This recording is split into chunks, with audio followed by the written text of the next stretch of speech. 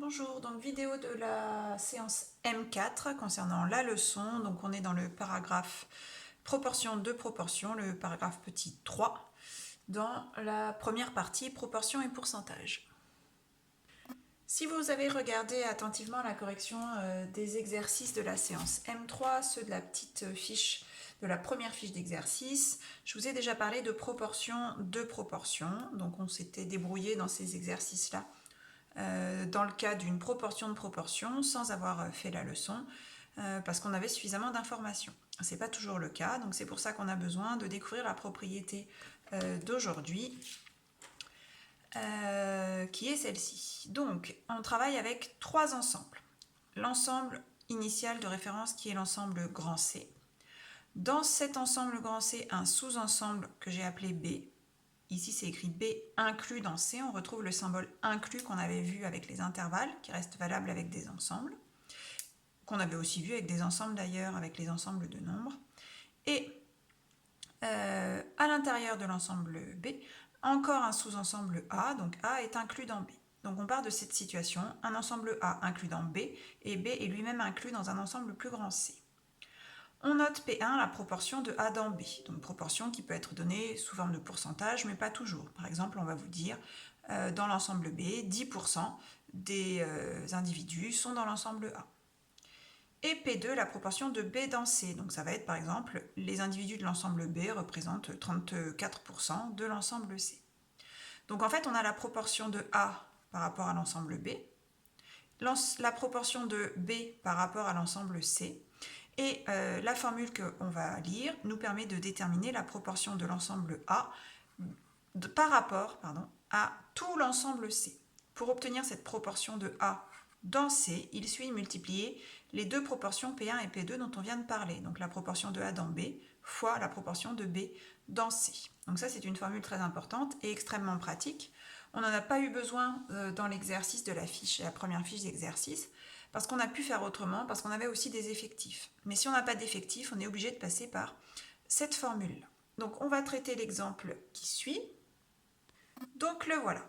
Donc dans un ensemble que j'ai appelé car, on a 40% des passagers qui représentent des scolaires, c'est-à-dire des gens, des élèves qui utilisent le car pour se rendre sur leur lieu d'études. Donc la première proportion, elle est de 40%. Ensuite, parmi ces élèves scolaires, on a 60% qui sont des filles.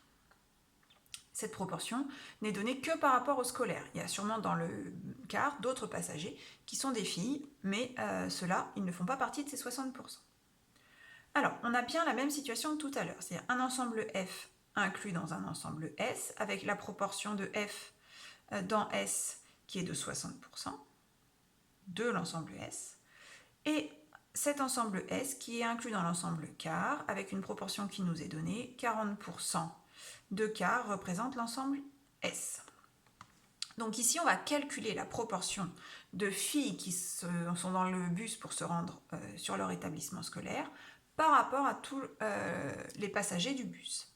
Donc on cherche la proportion de filles scolaires dans le car.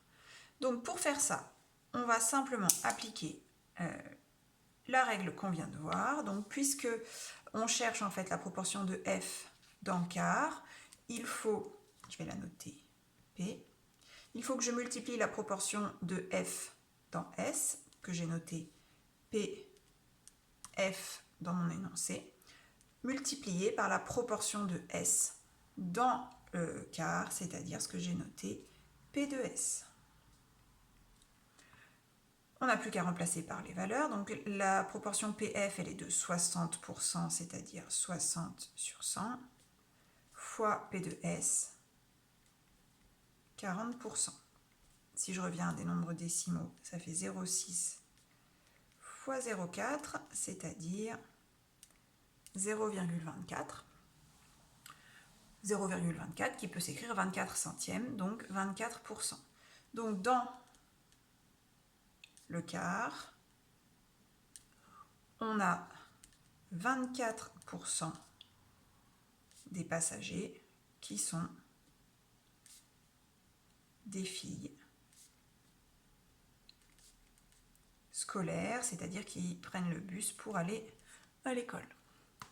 Voilà, donc règle de calcul très importante, proportion dans une proportion, on multiplie pour avoir la proportion du petit ensemble par rapport au plus grand. Vous allez pouvoir passer aux exercices, les 16 et 17, page 300 de vos manuels.